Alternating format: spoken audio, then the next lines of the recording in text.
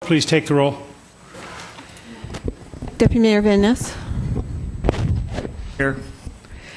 Councilmember Sperry. Here. Councilmember Herbig. Here. Councilmember Danuski. Here. Councilmember Curtis. Present. Councilmember Smith. Here. Mayor Baker. Here. Thank you.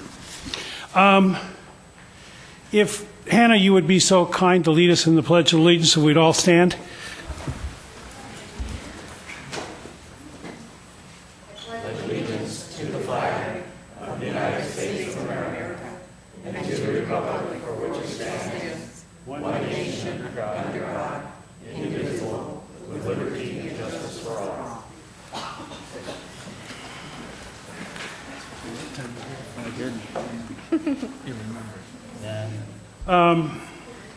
Next item on the agenda is the approval of the agenda. If there are no objections, the agenda will stand approved as written. Next items. You know, every now and then we get to do things that is a lot of fun, and tonight is one of those. We are very fortunate in a very small city. Well, not all that small, 21,000 people, but certainly a lot smaller than Kirkland, a lot smaller than Bothell, a lot smaller than Seattle. And we got some really talented kids. And it's really kind of nice. So we're going to go ahead and start tonight with a proclamation on Olympic and Paralympic Day in Kenmore. Whereas for over 100 years, the Olympic movement has built a more peaceful and better world by educating young people through amateur athletics, by bringing together athletes from many countries in friendly competition, and by forging new relationships bound by friendship, solidarity, and fair play. And whereas the United States Olympic Committee is dedicated to coordinating and developing amateur athletic activity in the United States to foster productive working relationships among sports-related organizations. And whereas the City of Kenmore promotes and supports public participation in amateur athletic activities, including those involving Olympic and Paralympic sport. And whereas the City of Kenmore recently opened a waterfront activity center in Squires Landing Park, and the city promotes and encourages physical fitness. And whereas the City of Kenmore assists organizations and persons concerned with sports in the development of athletic programs for able-bodied and disabled athletes regardless of age, race, or gender. And whereas June 23rd is the anniversary of the founding of the modern Olympic movement, representing the date on which the Congress of Paris approved the proposal of Pierre de Coubertin to found the modern Olympics. Now, therefore, I, David Baker, Mayor, City of Kenmore, Washington, on behalf of the City Council, am pleased to proclaim June 27th, 2015, to be Olympic and Paralympic Day in the City of Kenmore. And I urge all residents of Kenmore to make time on June 27th to participate in activities offered in celebration of this day. We have some really, really talented kids in the audience tonight, and two in particular. Hannah, and Hannah, you're sitting there, and Spike, you're there, and I know, Spike, you're not a youngster, but that's okay. You can be a youngster tonight. Yeah, there you go. We had Hannah is training for the Paralympics in Rio de Janeiro, and the list of competitions that her and I believe, Spike, are you heading to those also? Okay. Well, that's okay. You're doing it in spirit to support Hannah.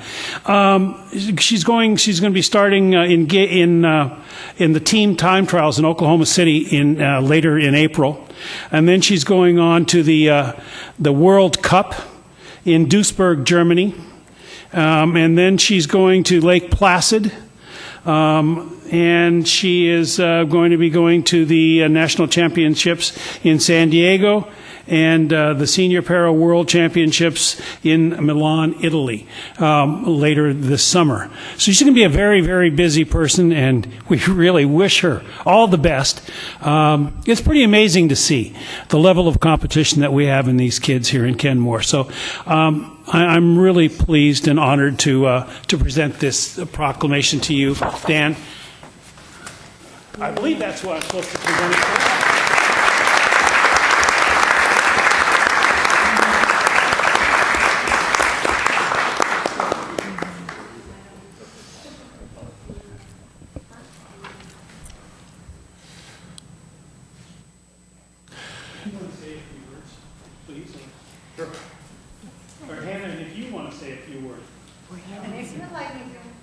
Yeah, we'd love to hear from you. It's not every day we get to meet an Olympic athlete here. You want to go first? And our hopes are high for you.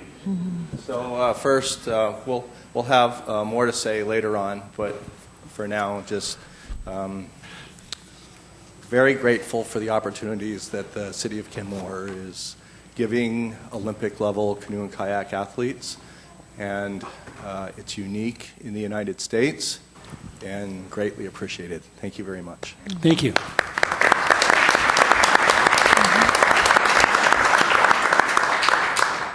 So like Dan said, we're really fortunate here in Kenmore to have such a supportive city council, and Olympic and Paralympic Day is really important in encouraging the up-and-coming athletes that want to proceed after Rio and events following, and to grow sports such as kayaking and canoeing in the region is super important, and even more important across the nation. So it's a really huge ticket for you guys to be participating and encouraging young athletes and older athletes such as myself to continue to pursue their dreams. Thank you, Hannah. Thank you very much.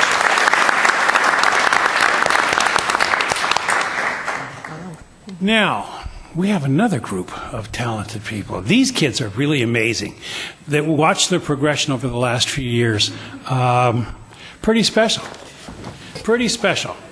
So, whereas the Inglemore High School girls basketball team has completed a stellar 2014 and 15 season, and whereas the Vikings showed their resilience, ability, and pride throughout all 27 games, and whereas the team improved their standings at the state 4A tournament each year since 2013, placing 6th in 2013, 3rd in 2014, and a very, very close second in 2015 with 20-plus wins each of the seasons. And whereas their commitment to teamwork is evident, and 5 seniors have played together since the 6th grade. Wow. And whereas the players, their parents, and coaches exemplify the excellence of Kenmore's Inglemore High School with top academics, activities, and community support. And whereas these teammates can look forward to a continued success in their community lives after graduation and in many ways contribute to their community. Now, therefore, I, David Baker, Mayor of the City of Kenmore, on behalf of the City Council, do hereby extends our sincere congratulations and appreciation to the Inglemore Vikings girls basketball team, their families, coaches, for their impressive achievements, and Kenmore is very proud of you. Thank you guys very much.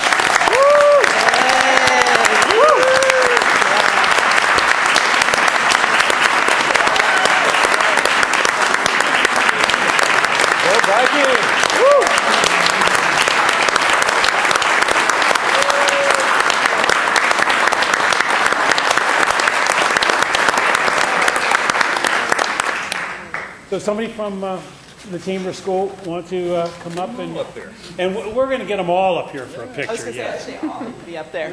And you need to be in the middle with the ball. With all towering over me? Yes, exactly. I usually don't feel short, but I did. That's awesome.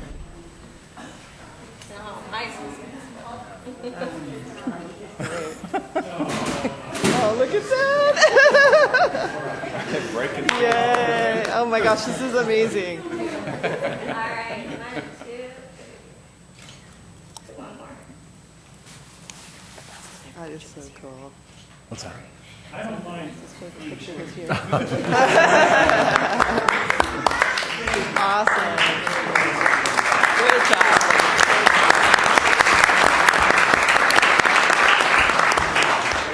Would somebody would like to say a couple of words?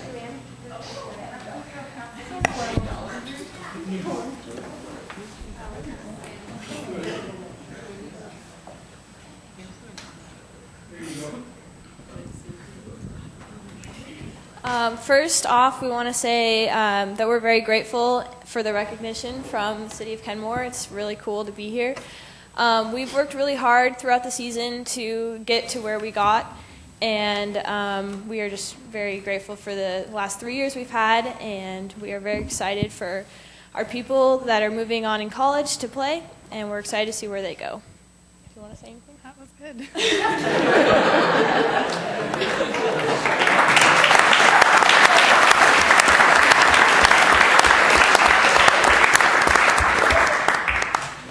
Thank you, guys. Seriously, it's people like you that make this whole thing fun. So thank you. Thank you very much. Next item on the agenda is citizen comments. This is an opportunity for you to express your views on importance on issues that are important to you and to the community. And we ask that you limit your comments to 3 minutes. Is there anybody wishing to speak? Kat Sullivan.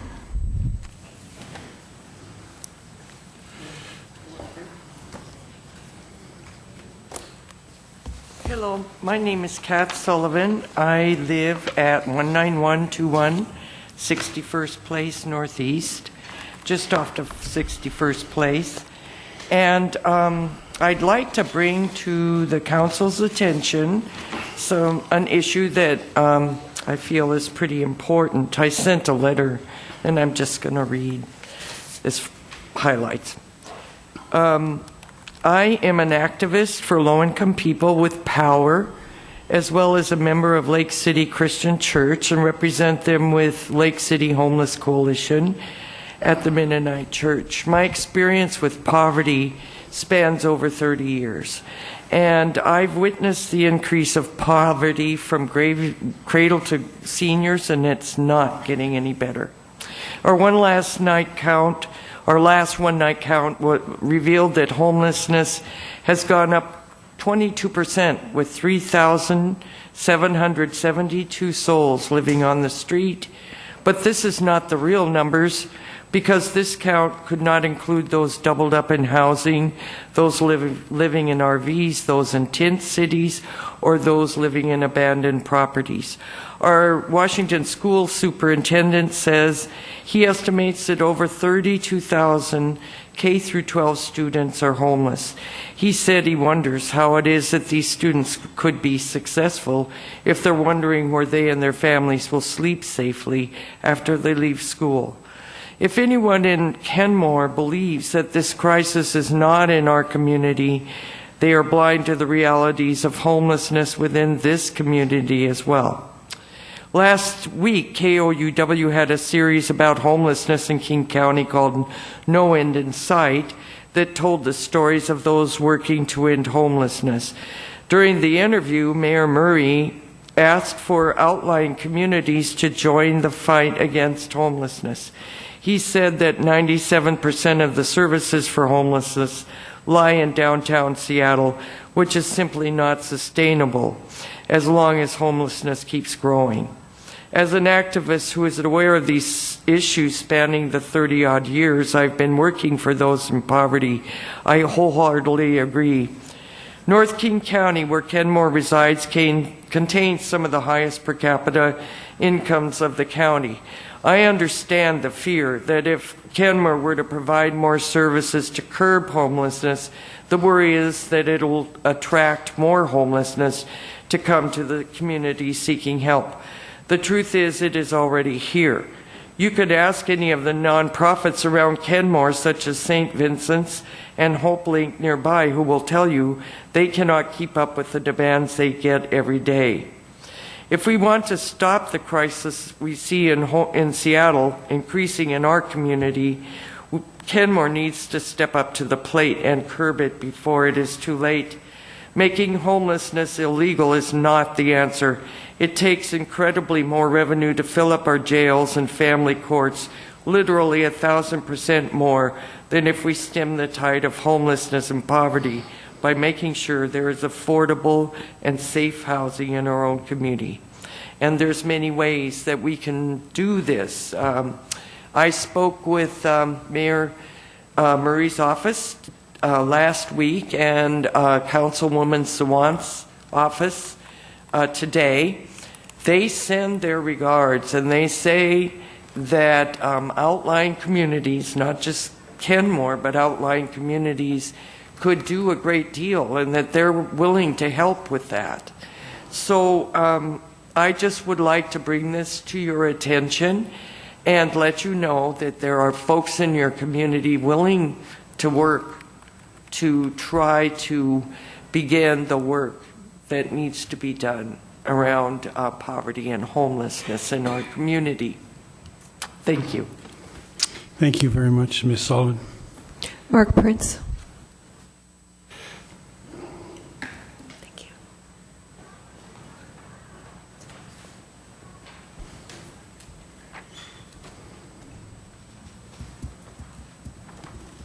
Yep. Do you want me to hand them out now? Yeah. Mark Prince, 19330 55th Avenue Northeast. I know Kenmore's trying to make our roads and sidewalks safer for pedestrians.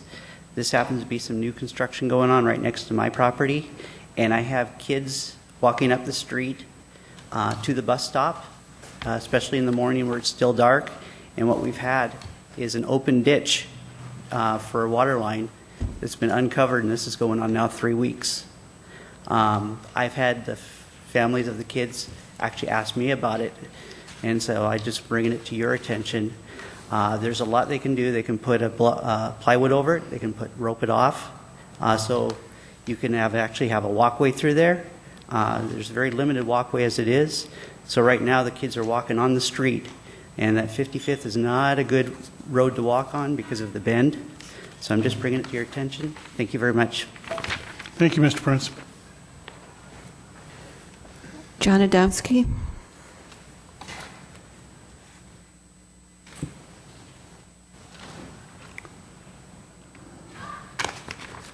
Thank you for giving me the opportunity to speak to the council. My name is John Adamski. I live at 5906 Northeast Arrowhead Drive in Kenmore. I'm here tonight to bring some attention to the neighborhood enthusiasm for a Kenmore waterfront crew team rowing facility. I'm here on behalf of my daughter, Sarah Satterley. She and her family lived at 5909 Northeast Arrowhead Drive. Sarah put together a little speech for tonight, but she works at Kenmore Air, and they needed an agent up in Friday Harbor, and she got on the plane a couple hours ago, so she's out of here. And she left me with her notes. Our friend and neighbor at Arrowhead Point, Barrett McAllister, has been involved with women's and school kids crew teams for many, many years. Barrett raced crew with Martha's mom's team for legendary boat builder and coach George Pocock, and she is currently on the board of the Kenmore Waterfront Activity Center. After Kenmore showed interest in getting started in a crew program, Barrett volunteered her help on the Waterfront Activity Center, and when the opportunity came up recently to connect Kenmore to the Seattle crew power players, she supported purchase of a table at this year's George Pocock benefit breakfast on March 6th at Bell Harbor Conference Center. With Barrett and Sarah were the mayor's wife, and Cindy Jensen, who's the PTA executive at Arrowhead and Inglemore, Angela Cummings, the PTA exec at Arrowhead, Kevin Stull, North Shore Little League board exec and a former college rower, Jamie Almond and Karen Smith, moms who are interested in having their kids go rowing. Sarah reports that the breakfast was very nicely done, great speakers, and a lot of positive energy, she says. Our table whooped it up when we got a shout out from George Pocock Foundation Director Matt Lacey. We all heard him say that Kenmore and the George Pocock Foundation are working together to create a crew program for our local community. This is when we all realized that we were there at the very root level supporting the efforts being made to put a crew program together at the north end of the lake. Sarah would want me to thank Kenmore for its support of the Waterfront Activity Center and for keeping crew rowing as a vision as the next step. And she would want to give a shout out of thanks to Barrett for her support and enthusiasm to bring rowing to the head of the lake. Sarah says, "It's a fantastic endeavor and we're happy to share in the enthusiasm. Public access to the waterways are a great community sports program. It's really only our only collective goal." With that said, I know being on a crew team means so much more than just a simple statement. It's all that stoke and passion that will rally our community and our kids to get going on this program. Go Kenmore, she says. Thank you. Thank you very much, Mr. Dembski. There's no one else signed up. Anybody else wishing to speak? Thank you for your comments. Mr. Prince, thank you for bringing this to our attention. And Mr. Dembski, we are continuing to work to get a crew program here. And we do thank your daughter for her comments, and thank you for filling in for her and delivering them. Mrs. Sullivan, yeah, I think we're all very aware of the increased problems we're having with homelessness. Kenmore is very actively involved on many different levels. We are a member of the End Veterans Homelessness Campaign, which has a very, very ambitious goal of ending all veteran homelessness by the end of the year. There are those of us that serve on the Joint Recommendations Commission that actively funds programs using CDBG money and other sources of money for homeless housing and trying to increase the counts, the number of units that we have available for the homeless. This council actively goes back to D.C. and strongly lobbies for and supports CDBG funding that really works, and Section 8 housing, the discretionary pot of money. I think it's something that's sorely needed, and this council really realizes that and works towards it. So we're happy to be involved and do what we can to try to bring awareness to this issue. So we do appreciate your calling it to our attention. Thank you all for taking time out of your schedule and letting us hear your thoughts and issues that were important to you. Next item on the agenda is the consent agenda. Is there a motion to approve? So moved. Second. Moved and seconded. Any discussion? All those in favor say aye. Aye. Opposed? The consent agenda stands approved unanimously. Next item on the agenda is the business agenda. Mr. Carlinzy, I know that you had thoughts at one time of swapping orders. No? No, it's okay. Fine. So first item on the agenda is Kenmore Waterfront Activity Center Annual Report and Amendment number 1 to Contract number 14-C1298. Mr. Carlinzy, and before we start on this, I would really like the council to be aware of the fact that my wife serves on the board of directors as a representative for the Seattle Flying Dragons, and she is actively involved in dragon boating. And if the city attorney, is there any issue here? Anything you want to comment on? Mayor Baker, I'm assuming you're referring to the conflict of interest statutes. Yes.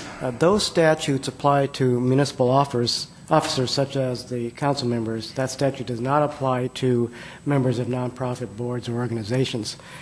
But even if we imputed Mayor Baker's interest in this contract, that is, possible approval of a contract, to Mrs. Baker, there is an exemption in the conflict of interest statutes for remote interests, and one of those remote interests is being a non-salaried officer of a nonprofit corporation.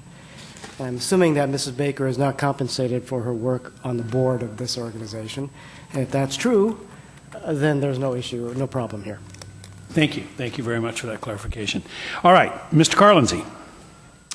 Thank you, Your Honor, members of the City Council. As you are well aware, connecting our citizens to the water is a top priority of yours, and it's also been a priority of the community as we have surveyed the community over the years. And so in keeping with that, you have been putting your money and your resources where your mouth and your goals are.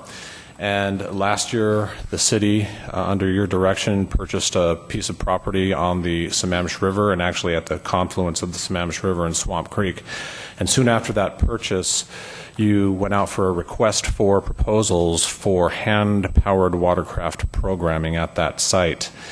After going out for proposals, we did receive a proposal from the newly formed nonprofit group, Kenmore Waterfront Activity Center. And so soon after we received their proposals, we entered into negotiations with them for an agreement for them to provide programming, hand-powered watercraft programming for the public in exchange for being able to use the facilities on the site. That contract was approved late summer, and they got started in September of 2014.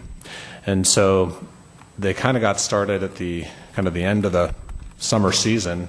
and I think you'll be quite impressed with their report to you tonight on what they accomplished in 2014. So I'd like to have several members of the KWAC board come up and do several things. Number one, talk to you about what was accomplished in 2014. And by the way, it is a contract requirement that they provide to you an annual report, and so that's what they're doing tonight. And they did meet the deadline by having it submitted by February, I can't remember the date, but there's a date in the contract when they're supposed to have this report submitted by, and they met that date. So they'll talk about 2014. They'll also talk to you about what they plan to accomplish in 2015, and then we'll also talk about some contract amendments that are before you tonight. Also, just over the weekend was a race hosted by the Kenmore Waterfront Activities Center. It was a paddling race on Saturday. And they had about 60 or 70 paddlers show up. It was an increase over the last race, which was in October. And once again, the small little park there was pretty overwhelmed with boats and people. And it was a pretty good success overall, and they had an open house afterwards. And at some point, whenever you think the time is right, we'd like to show some slides that were from Saturday's event. So with that, I'll turn it over to the KWAC board. And Duncan Cox is a Kenmore resident and also the president of the board. And if you want to introduce the rest of your team, that'd be great. Okay, great. Thank you very much. Yeah, once again, thank you so much for giving us the opportunity to run our programming from the Squires Landing property. It's fantastic. Just a beautiful place to be at. And again, we fully extend an invitation to anybody to come down and try one of our programs. What I'd like to do, rather than take the evening talking more, I'd like to turn this over to some of our board members to actually talk about what they're doing, our operational committees. And as you mentioned, Deb Baker is going to come up, Sherry Baker, I'm sorry, is going to come up and talk about dragon boating, what they've been doing and what they plan to do for 2015. Sherry. For simplicity, if you want to bring them up and let them sit at Okay, the yeah, table we can do there, that too. So, yeah, Sherry, can- who's actually was at last meeting, is now a treasurer. She decided to take on that task. So, take a seat. Dan Henderson, who is our VP of kayaking, is going to come up and tell us about the kayaking program. And Doug Ritchie's going to come up and talk to us about business items. He's our exec VP. Also on the board, who can come up if you want to, is Deb Shredneck and then Barrett McAllister. So the microphone's in front of you. We make sure the buttons are up when you speak. We are now being screened with live video, so it's important that we hear you. So please talk into the mics if you can remember. Directly into it, about 12 inches or less away. Yeah, directly into them if you can, so make sure they're facing you 12 inches or less. So Sherry, if you want to tell us a little bit about dragon boating, please. Yes. Can you all hear me okay? Yes. I just want to thank the city and the city council for providing such an amazing park for the public to really enjoy our local environment. Since a dragon boat arrived August 17th, the Seattle Flying Dragon Boat Club has welcomed numerous Kenmore and surrounding area residents to the sport of dragon boating. We're currently 25 paid members strong, and we have 4 amazing youth paddlers. We have 2 very dedicated coaches, and some of us will be participating in upcoming races. The first one will be in Olympia on April 23rd. So we're really looking forward to being able to be participants. We have a real solid core of regulars that paddle at least 2 to 3 times a week, and we're constantly getting people that are interested. Yesterday, actually, we had 3 new guests show up that saw us on Meetup, and one who was a previous guest became a member. We appreciate the opportunity to paddle year-round, and that's made possible by allowing us to be in the park after dusk. So we really appreciate the sensitivity to the surrounding area and environment. We regularly are joined by a local resident heron, perhaps maybe Hank Heron. We recently had 7 paddlers volunteer at the Kenmore Canoe and Kayak Race for the Cookies, which was an awesome weekend. And we really look forward to future cooperation with our partner in the park. And again, thank the City Council for allowing us the opportunity to enjoy our environment in a really different way. Thank you. Thanks, Sherry. So our kayak program has been off to a great start. As Rob mentioned, it's not really the season right now, although we will soon turn into more of a kayaking season. Also mentioned we had a great race on Saturday. One thing I'd like to bring up too, just because it may cause some questions, we had the Lakeside Rowing Club decided to schedule a scrimmage the same day. So we immediately recognized there could be a potential issue. We talked to their coaches, they spoke to us. We had almost immediately we had a resolution, and it worked out to be a great day. It was fantastic to see that relationship. So I think that bodes well for the future of all boating, hand power boating on the slough. With that, turn over to Dan, talk about kayaking. Rob, do you want to do the slideshow now? Would you like to? Okay.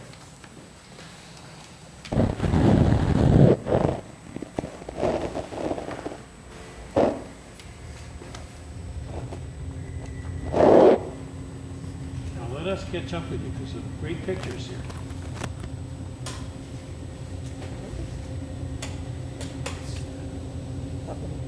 You can see on mine.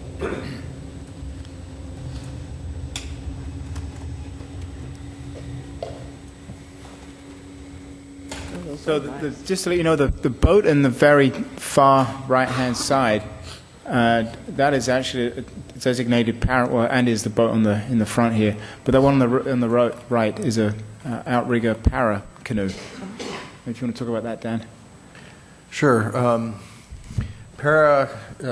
Canoe kayak racing has been part of the Olympic program, the able-bodied Olympic program, since 1924. It's the fourth largest Olympic sport in terms of medals. There's 16 events in canoe and kayak racing. New for Rio Olympics is canoe and kayak, which we call para-canoe, in the Paralympics. So there'll be 6 events in Paralympics. They'll all be kayaking events for men and women, and then there's 3 classifications based on disability. So we're really excited that para-canoe will be added to the Paralympics for the first time in Rio, and we have people who have moved here from other parts of the country to train with us. We're really excited about that. So what you see here is just some of the boats that were being staged before the race started on Saturday morning. And there were several teams from the region that came, the Bellingham team, Gig Harbor team, and the Seattle team at Green Lake, plus the Kenmore team. Here's some more of the boats that were being staged prior to the race. Here's the Bellingham youngsters, or some of them. They were waiting for their numbers to be handed to them right before the race. And here are the paddlers out on the course, either before or after the race. This is canoeists, and as you can see, they are what they call high-knee canoe. So they're in super skinny canoes, and they get up on one knee, and they paddle on one side. And they use what they call the J-stroke so that they don't go around in circles. Wow. The one on the right is from Gig Harbor. I don't know about the one on the left. He could be from Gig Harbor as well. I think so. Yeah. Here's a couple of women high-knee canoeists. This is a Kenmore team member. I don't remember her name. Renee Ruan. Renee, yes. So she's out there warming Johnny's up. daughter. So can I just say something real quick here? So I think if you're talking about connecting people with the water in Kenmore, you're seeing that. Yeah. There's some more people staging. So one of the things they did is before the race, they had people line up the Swamp Creek River. And that's where they lined up. And it was a race that started in intervals, one by one. So each person had to wait for their turn to start. So Swamp Creek proved to be a really great way for people to line up before the race started. Here's some more people lining up along Swamp Creek. You can see them going way up the creek there. this time with a paddle. Pretty good. Here's some high-knee canoeists getting ready to start. Here's Carol Asuski with 3 of our women's masters team. So this is a Kenmore group you see right here. Some more Kenmore folks. And you see Hannah there on your left. You still here? No? Our para-kayaker on the left. Wow, that's so cool. This was after the race, once they had all the times recorded and they announced the times and the winners of the races. Can you go back one? I don't know. Sorry to do that to you. The lady that's standing there is from Hungary. And she used to be a competitive kayaker. And she came and joined the Dragon Boat group. And she's expressed the interest in kayaking, and she's now kayaking, and she was in the race this time. But she promises not to leave the Dragon Boat. It's been 25, 30 years since she's been in a kayak, and here she is 2 weeks in, and now she's racing. So anyway, just a little sidelight. And one thing I wanted to point out, because there were so many people and so many boats, it was all we could do to keep people off the next door neighbor's property. So We almost succeeded. We almost succeeded, yeah. And so here's just the last photo showing the people waiting to learn what their times were.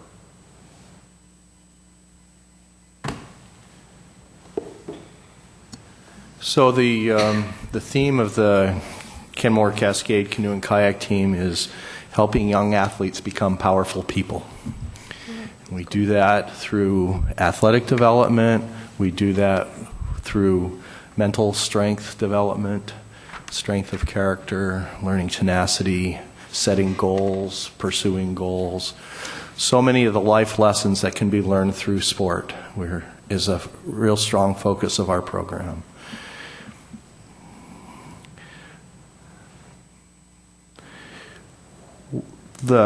Fundamentally, to create or have a successful program requires a broad community support.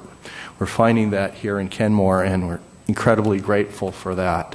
The next step is to build a broad-based participation in our entry-level and beginning-level programs and intermediate programs, so that we have we create the base and a solid foundation of a pyramid that has a high peak.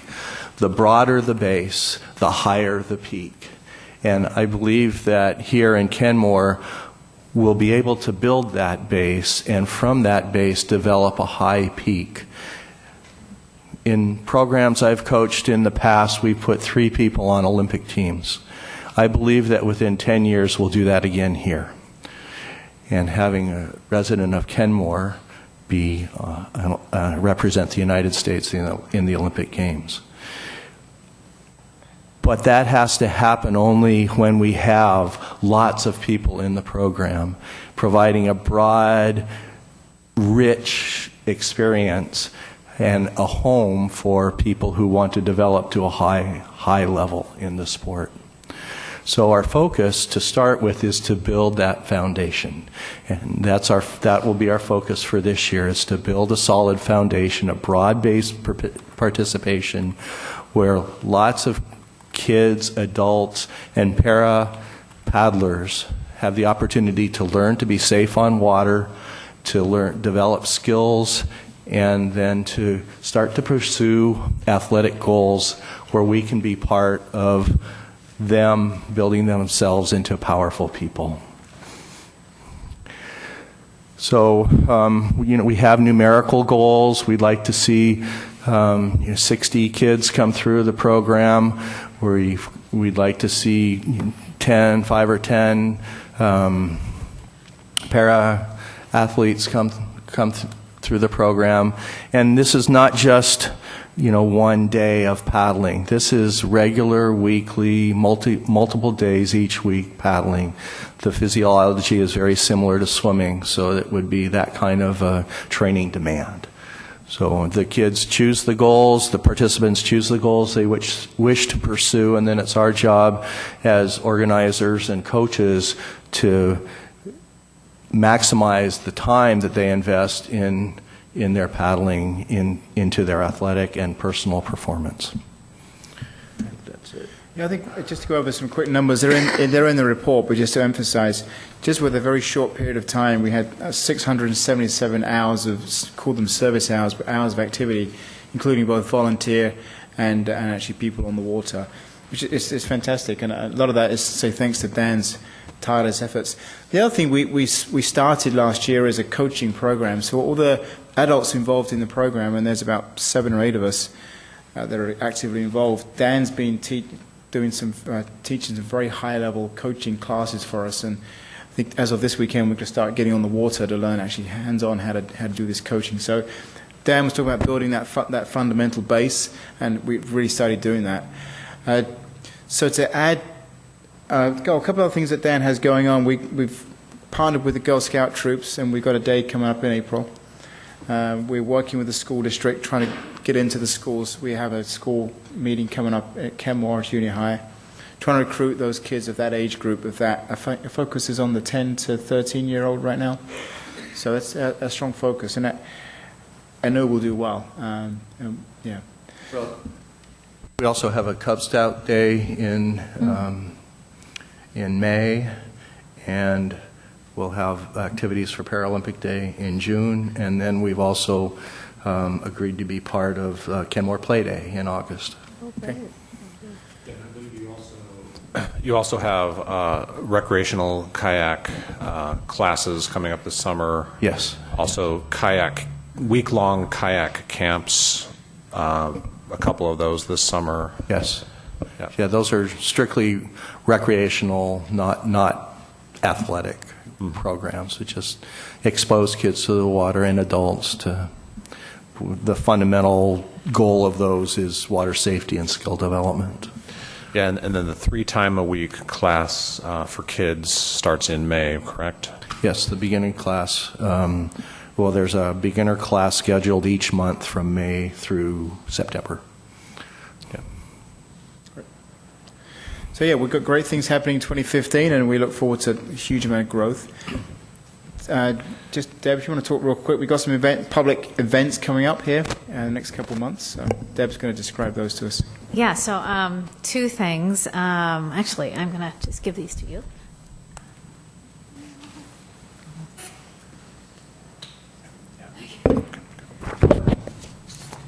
So while you're handing those around, so just an update on the crew program. As you might have remembered, the Squires Landing facility isn't ideal for the large rowing shells, or really even the small ones, except for the singles. So we've been trying to figure out another way to get rowing going in Kenmore. And so we got a foot in the door by getting a discount for the Lakeside Youth Summer Rowing Camps for Kenmore residents. So we feel pretty good about that. We got a $100 discount for Kenmore residents, so they'll be able to get that, and we're also hoping maybe there'll be some consideration of additional scholarships. So we're pretty excited about that. They have 2 week-long camps in the summer out of their facility. And then just wanted to promote our Waterfront Activities Fair 2.0. You might remember we did this basically a year ago, May, here in this room, and we're doing it at Squires Landing with the ability to get people out on the water with canoes and kayaks and dragon boats, as well as our great concession at Log Boom, the What's Up folks. We'll be bringing rec kayaks as well as SUPs, and we'll have some ergs in the little house as well. So it should be a lot of fun, and do spread the word. And we're also kind of partnering in terms of our co-advertising with the April 11th mini hydro event. So they're advertising us, and we help to promote them as well. Great. Thank you. And do you mind if I piggyback on Deborah Shrebnick's comments? So it's recent news and really exciting news, and hats off to Deborah for working with Lakeside to get that $100 discount for the weekly rowing class.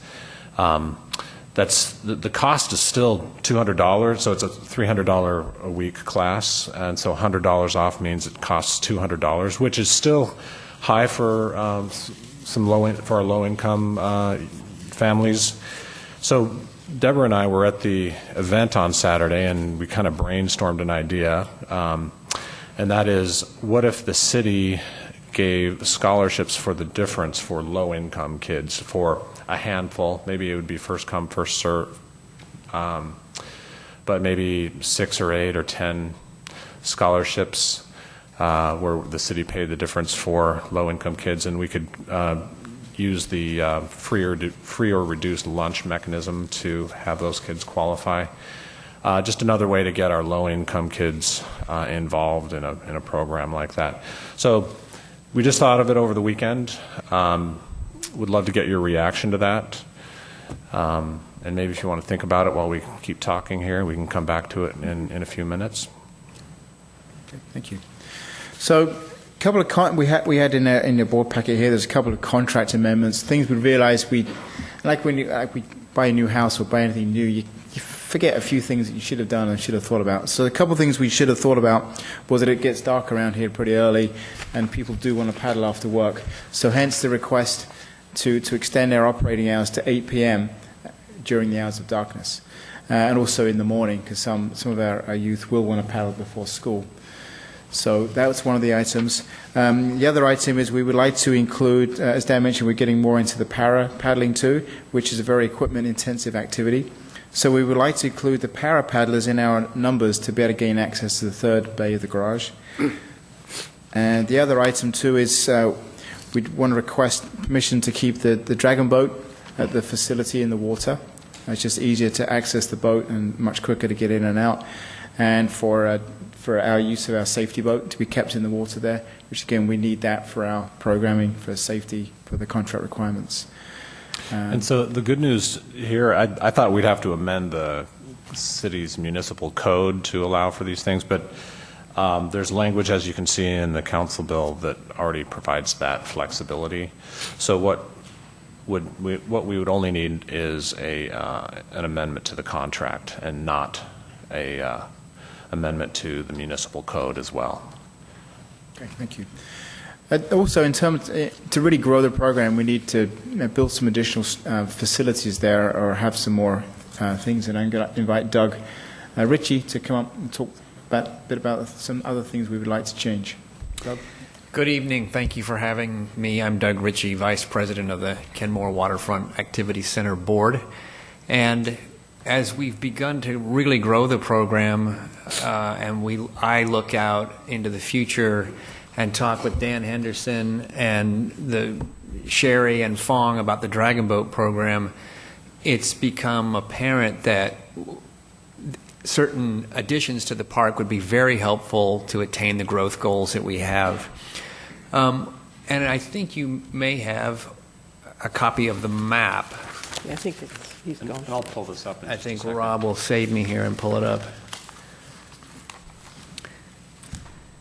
But on the map, we made certain changes or additions, as it were. And one of the things I'd like to start with is a public access boat rack.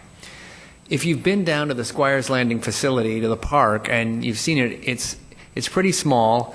And when you arrive, there's a house and a garage, which looks like you're now at somebody's house. And people actually come down there and wonder if it's a public park. That misunderstanding has changed for the better as more signs have gone up, and it's pretty apparent if you look around that it is in fact a public park. But there hasn't been any place for the public to store canoes or kayaks that they already have. In order to fulfill the type of broad-based participation that Dan Henderson needs to grow the Kenmore Cascade Canoe and Kayak team, it would be incredibly helpful to have greater public access and awareness of what's going on at that public park. So on the map that you see before you, along the border of the property, we are envisioning boat racks that would be able to be installed, and the participants who use them would pay a monthly fee to have access to store their boat there. That also allows them to ride their bike down there or to walk, whatever suits them best. The participants would pay a monthly fee, and then they have to lock up their boat themselves. This is not a covered storage, or we're not offering them any kind of security. But the benefit to the development of the park is we get a lot more people coming down there who are using the park as a public park the way we'd like to see it used. And that type of public awareness then leads to greater exposure to the Dragon Boat team, to the canoe and kayak programs that we have, to the para program that we have, and it allows us an opportunity to develop really organically, if you will, because we have so many more people exposed to the programs that we're doing. As the programs themselves begin to increase, and Dan Henderson mentioned that we've got a meeting with Kenmore Junior High in April.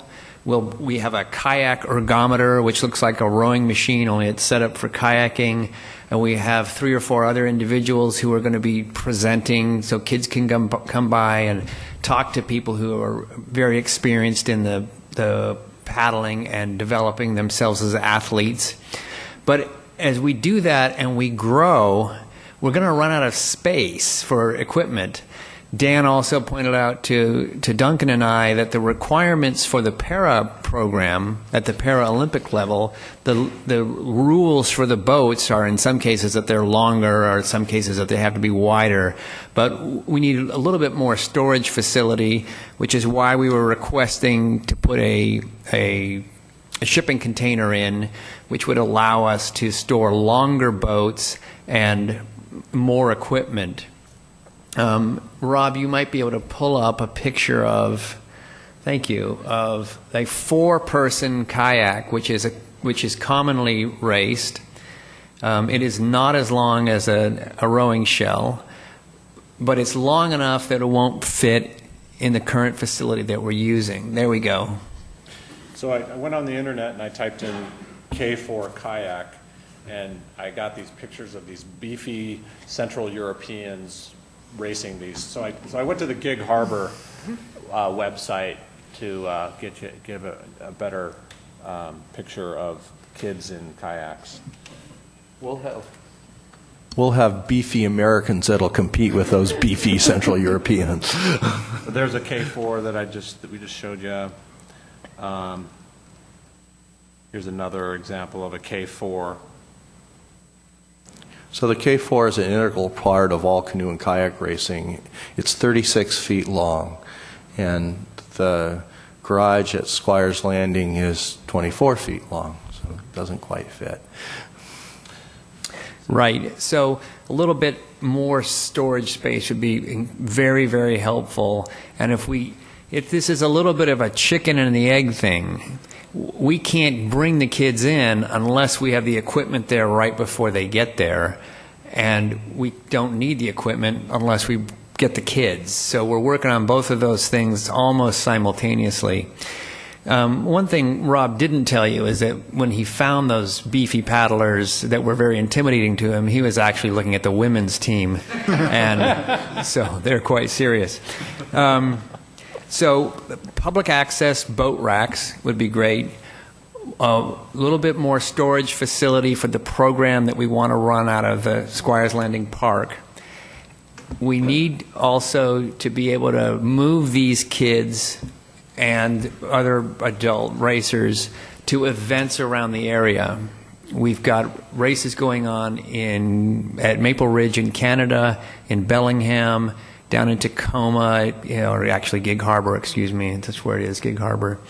And so it requires us to have trailering facilities that we can load all that equipment on and move it, and move that and everybody else to the races. That's why we have the 32-foot trailer and the 10-foot box trailer as a possible addition to what we would store on the site.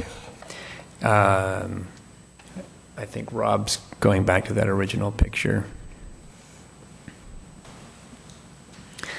So the trailers and the storage container allow us to have the equipment necessary on hand to run the program at the level that it will be at by the end of this coming summer. Again, at the rate we're growing, we'll probably have 60 athletes in Kenmore Canoe and Cascade. I've talked to the Dragon Boat people about, we almost brought in 2 boats last year, and they are talking about potentially doing that. And there is actually a smaller Dragon Boat. The one that we have on site now takes 20 paddlers. They have the smaller one that can be paddled with as few as 8 to 10 people. So they may bring in what they call a baby dragon, which still seems pretty big to me. One of the main focuses that we can achieve with the paddle sports program is to prevent something that Duncan and I have talked about at length that we call social exclusion.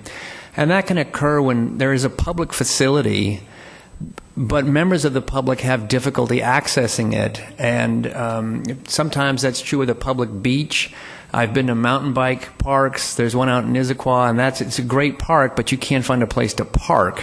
So if you're coming in from out of town, if you don't live there or you don't have a secret place to park, then it becomes difficult to access the facility. Public beaches can be that way. Sometimes they're impossible to get to. So the storage, public access boat racks are important, as well as the storage for the team.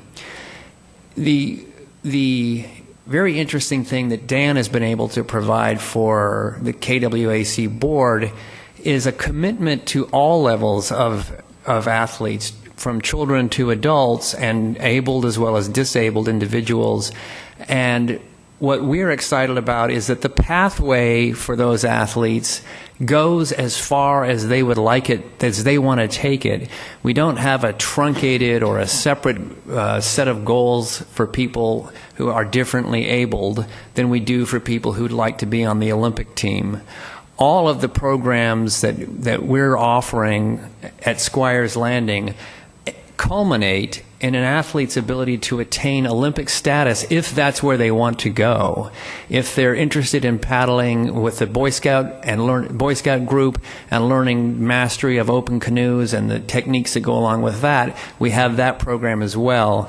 But there's no level of exclusion to people who would like to go further than someone else. And so this program and the additional storage and containers would be really helpful this year in getting us to that next level. Thank you. I think one thing to point out is the shipping containers is a temporary solution. Long term, we're looking to raise funds to build a more permanent structure to house our equipment. Okay, thanks, Doug. Thank you. I think we're done. So thank you for the opportunity, and thank you again for allowing us to operate our facility. Have you got any questions, Brent? Yeah. Councilman. Yeah, well, thank you very much. I commend all of you for all your time and effort you put into this, and you're really creating something special for our community, and I appreciate it. And Doug, I really appreciate what your comments on the public access storage and everything, because that's something I've felt pretty passionate about through all of this and your comments about exclusion and whatnot, or I should say inclusion is the way you've actually addressed it. And so I love that. And I'm curious, I see there's 3 different racks that show on here for public boat rack. How many boats on one of those racks can be stored? I estimate that we could store about 90 boats if we utilize the exterior perimeter of the property for that purpose. Okay, great, excellent. And what would somebody do, for instance, you talked about walking or with all the apartments and condos, or somebody riding a bike there, with regards to paddles and life jackets, if they secured their boat, but have you thought about how that would be addressed? I used to rent I used to store my boat in Marina del Rey, Southern California, when I was living down there. And we locked the boats on the rack and kept everything else in our car. There are boat covers that a lot of people have that would allow them to put their gear inside their boat, paddles and life jackets, and lock it up.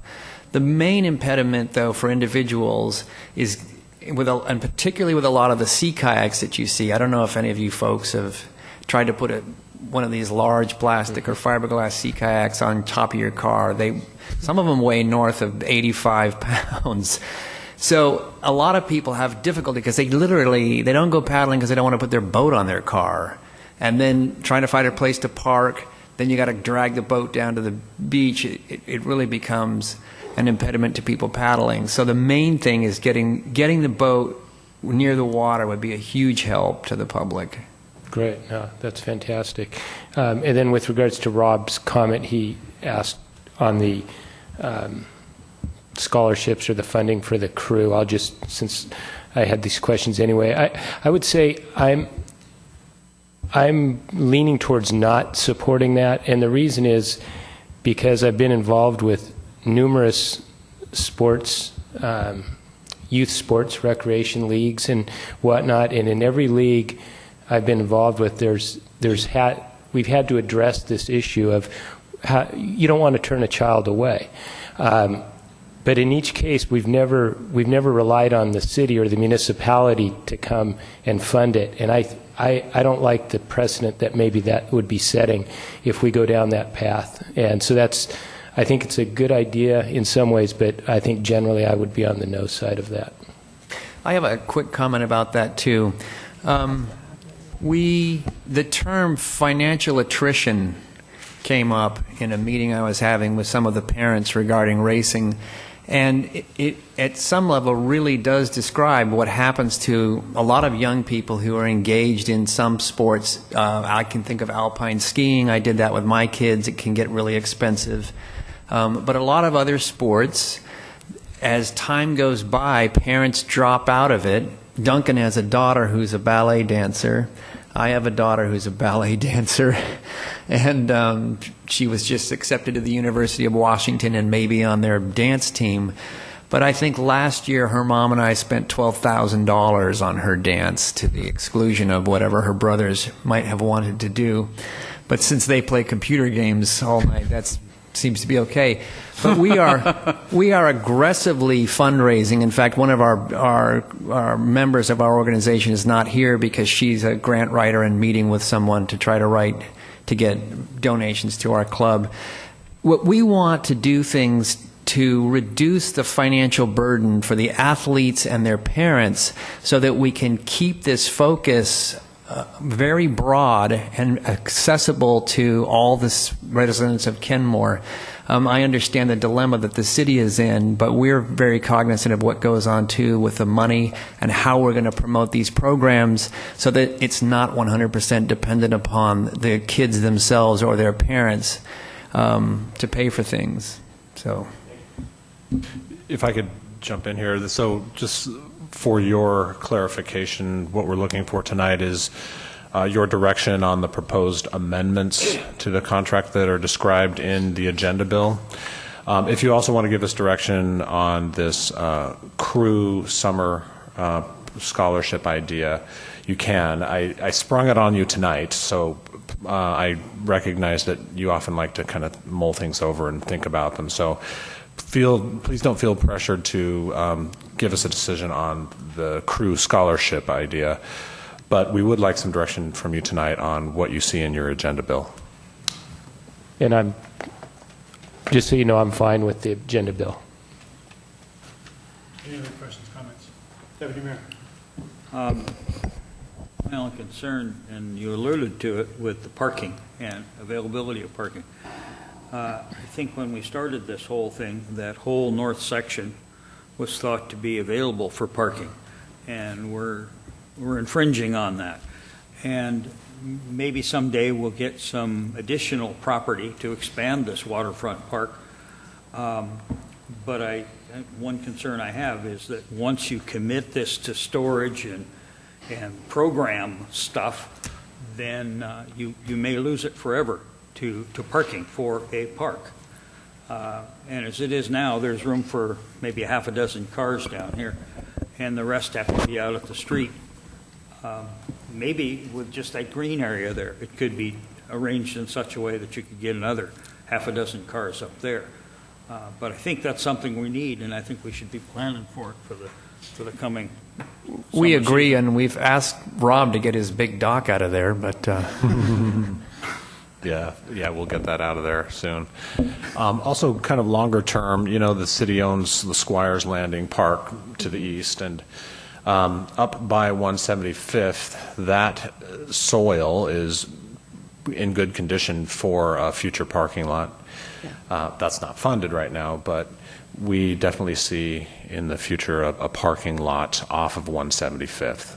And then you could have a trail leading from that parking lot to the park, and then you wouldn't have to go along those apartments at all to get to the park. Councilmember Herbig. Well, first off, I just want to say it's really exciting to hear how you guys are growing and that you guys have gotten to the point where you need to expand. I do have, with the additional storage that you're proposing to be placed on the property, I am concerned about how that'll look. You already mentioned earlier that it doesn't really feel like a park when you first walk in, and I agree, it's not quite there yet. And I worry about the addition of a storage container and trailers and how that'll feel with the aesthetics of the rest of it and how that'll make it.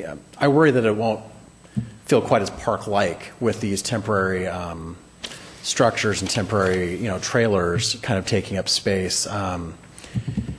Can you speak a little bit about how you could address that, or if you have other options where you could store the trailers? It's really the trailers I'm concerned about from an aesthetic standpoint. Dan, do you have any comment on the trailers and where we might put them? The alternative would be a paid storage facility. That's really the only other alternative I know of. So at the moment, we don't have an alternative other than a paid storage lot that we might be able to utilize. And we do believe that with the trailer, with what we have envisioned here on the map, there is additional parking that would be available at the green space next to it. It would require removing the split rail fence that currently blocks that off. Not the fence that denotes the property boundary, but there's an interior fence in the property that separates the gravel from the grass. If we took that out, we could have additional parking as well. I have a quick question for Rob, too. I know we had talked when we first bought the property about putting a sign out on the street to really designate where the park was and to make sure people knew it was a public park. I haven't driven by it in a long time. Have we done that yet? Yeah, thank you for that, because I did want to talk about signage. So we do have a sign across the street from the entrance that says, I think, public hand-powered watercraft this way. Really small. Yeah, it is kind of small. It's brown. But I would like to improve signage at the park and really emphasize more that there's something to go to down there. And once you arrive, we need to have better signage. One of the things that's been hindering a little bit is some technical issues over the easement and where the fence is. We did put a sign on the fence, but the next door neighbor immediately took it down because he said the fence was on his property. And he's correct. And he'll let me put the sign back as soon as I send him a letter saying, yeah, the fence is on your property. And so I've been meaning to get around to do that. But there's tons more we can do when it comes to signage to help the public really understand that they're heading towards a public park. Another thing I thought of, Rob, is perhaps putting signage down at the boat launch here to let people know there is a kayak launch up at Squires. At the Fish and Wildlife place? Yeah, that's on a good the idea. Kenmore side. Oh, good, yeah. Dan, I have a schedule here, and I think in the races of the United States, I know that you're driving a bunch of boats to Oklahoma City. Will you be driving boats to Lake Placid? We don't know yet. And to San Diego? Probably. So, I mean, since we do have the kids that are in the program that are competitive and these boats have to be taken down, I agree with you with the look, but I also understand that there's a necessity to be able to get these boats somewhere. My concern, and this is nothing against the club, my concern is that we're at some point putting in these additional things here, we're turning the park from a park into a space that's occupied by, that doesn't feel like a public space. If we let one group kind of take over the entire park, then it doesn't feel like accessible to other folks. And I recognize the steps you guys are taking to make it feel accessible and make it accessible to other folks, and I really appreciate that. But I just worry about giving additional space and taking up, just... Sure. It just will start to feel like it's not a public park, and that's my major concern. Yeah, I see your point. I see your point. Any other questions? Councilmember Danuski. Once again, you guys have done a great job, and it's really exciting to have something else that people want to come to Kenmore for. So I love that. For the public access boat racks, I guess one thought on scholarships is maybe whatever the rent is from the public access part of the boat racks rentals, maybe can go to scholarships. So that's an idea. And then, so there have been talks about maybe someday we get maybe the next door property or something. How permanent are these public access boat racks? Because they really do rim the whole property as it is. How does that affect its expansion in the future? We can make them as permanent or as temporary as is appropriate. They can be made out of metal and sunk into the ground in concrete, so they're permanent and would require a tremendous amount of work to remove, or they can be made out of metal and temporarily fixed to the ground so that with the idea that they would be moved later depending on what happens with adjoining properties. The main thing is to get at least some access to the general public to store boats down there, because when they come down there, and even though the signage has been limited, we've been down there a number of times when people have arrived and said, I didn't even know this place was down here. And when they see our boats, they say, can I store my boat here? I'm one of those people. Okay. So I want to be able to say, yeah, and here's how you do it. So we can create racks that would be very difficult to remove, that we would consider permanent, or we can create racks that are a little bit easier to remove in case the boundary lines between the properties ever were to change. Thank you. Yeah. Councilmember Curtis. So, in general, I totally approve of what you're doing, and I'm excited for my grandkids to get old enough to come join the crew. The public access boat racks, I think that's a great addition to make the park work for people. I'm not real excited about the containers and the trailers over the long haul. I see looks like a storage area. And for the short haul to kind of help the program get going, I could see them being there, but I would want some language in the agreement that they will be phased out at a certain period of time. Because I think it, like I say, it looks more like a storage trailer area than it does the park. It's not our first choice, but it's the choice that we feel that in this time period we can afford to do.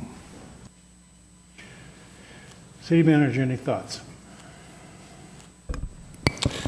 Dan, I think I've heard you talk about how once you grow the program, you think you would be able to raise the funds to build a better looking structure that could hold the boats. You want to talk about that?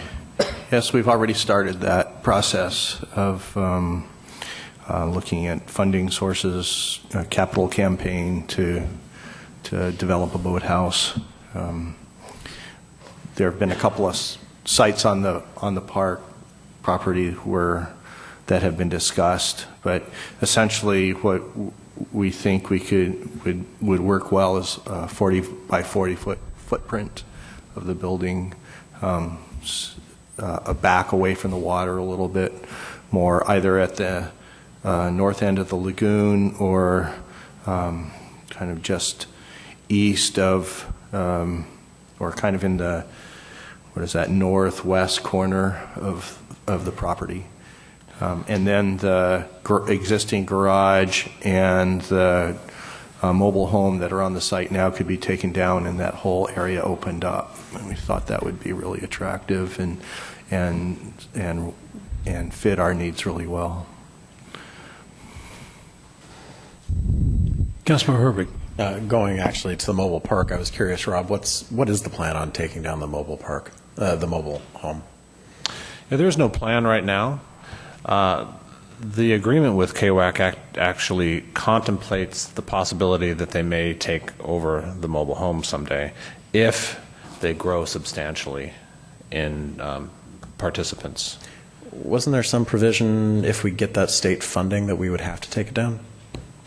If we got the, what's it called? Yeah, that's right. There is a high likelihood that if we did get an RCO grant, that mobile home would have to come down. It's not looking good on the RCO grant, but yeah, that is a good point. Okay, thanks. Councilmember Sperry. Thank you very much. First of all, thank you so much for all the energy, enthusiasm, time, talent. It's really exciting what you guys are in the beginning stages of, and what you've done in such a short period of time is really remarkable, and I can see the growth just being exponential, so I really appreciate it.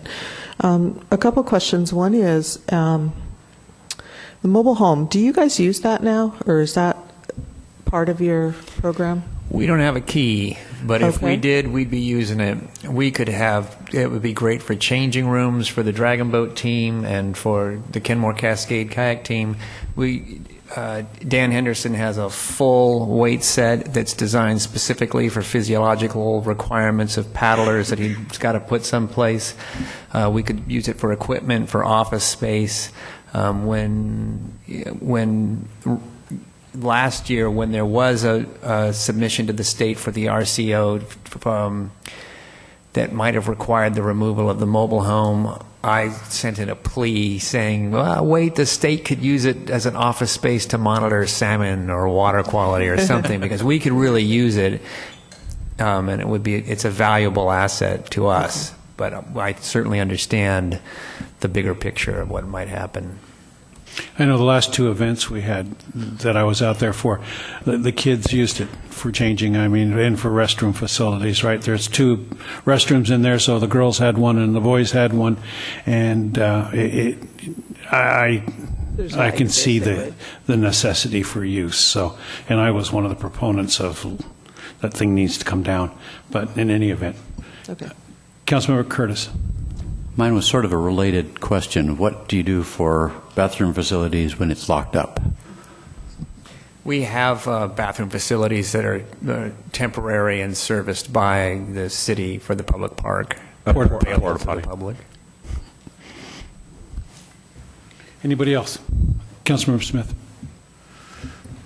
Yeah, on the mobile home that's on the park, I remember the discussion that we talked about if it came down or was removed from the site, that it would be like a big open picnic area with a gazebo and maybe a bathroom there because you already had the plumbing in place. Has that at all been discussed or at any point? No, it's still a possibility, though. I definitely wouldn't want to give up that vested footprint. Right. Yeah. So on that, I completely appreciate what Dan is saying about the use of it too, but once a move is made to occupy that space as offices and workout facility rooms or whatever, I know it would be virtually impossible to ever get rid of it. So I think we need to make sure whatever we decide to do, we know that that's probably going to be what we're going to be stuck with that decision for a long time. Because it's going to be hard if you start using it as an office, for instance, one of the bedrooms in there as an office. There's no reasonable motivation to eliminate that. And so I just want to make sure before we do open it up and say this is what we're going to do, we have a discussion maybe about the long-term ideas of what we want that space to be or not be. I think it's best for everybody since it's a public park. Any other questions, comments? Dan's got something he wants to respond to. Dan. Just in response to Councilman Smith's, occupying the mobile home is not ideal for us. We would consider that a very temporary solution. The program that we envision. We talked about the building with the 40 by 40 footprint.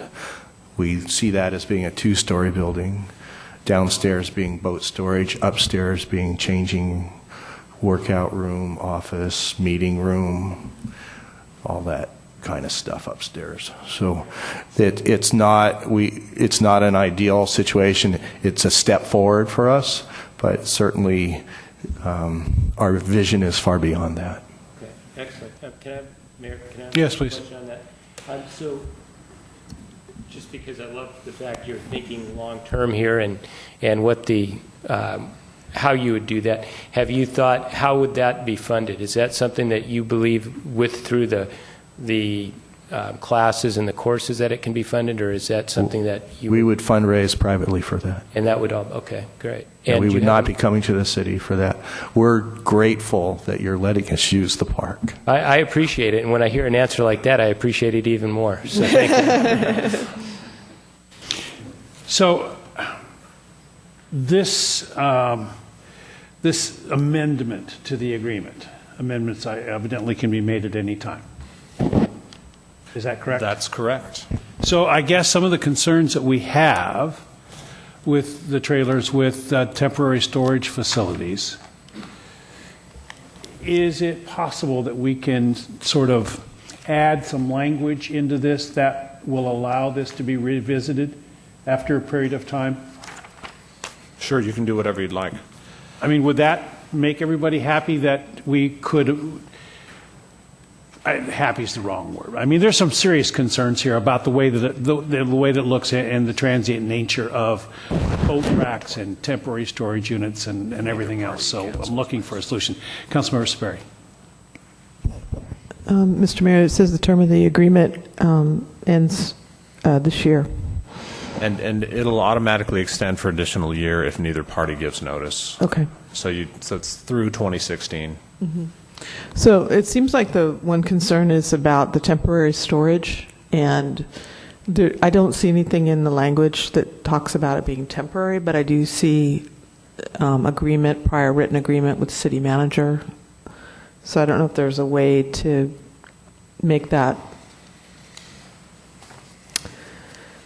kind of an ongoing,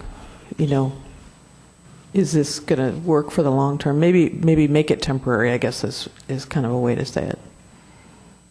I don't know really kind of how you get there. Well, I view the term of the agreement as pretty temporary, only going through 2016. Okay. So perhaps we can address it when we go to extend beyond 2016. I'm fine with that. I mean, because I think it's one of those things. Things are going to be changing so quickly that you can't possibly foresee everything, and that, to kind of have another time to talk about it, I think would be wise. Councilmember Curtis. I guess I was thinking more of like a yearly review. So if it was coordinated with the required yearly annual report, we could look at it. Sure. Okay, so I see general agreement with that we review this yearly with the report. With that change, then is there a motion to amend the KWAC agreement number 14-C1298 as proposed with the change, a yearly review? Need a So motion? moved. Second. Moved and seconded. Any further discussion? Ms. Saffron, are you okay with that? Are you clear with that? Wonderful. All right. If there is no discussion, the clerk please take the roll. Deputy Mayor Van Ness? Yes. Councilmember Sperry? Yes. Councilmember Herbig? Yes. Mayor Baker? Yes. Councilmember Smith? Yes. Councilmember Danuski? Yes. Councilmember Curtis? Yes. 7-0. Wonderful. Thank you, guys.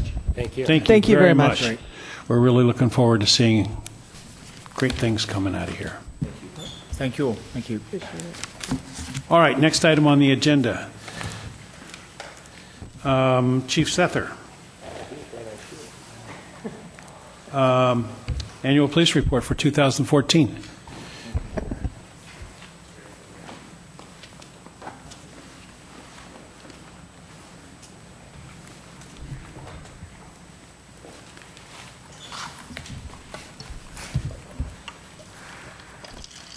Good evening. Good evening. Well, another year has gone by. Here we are once again with a crime report. I'd just like to bring, you all have had this for a few days to look at it.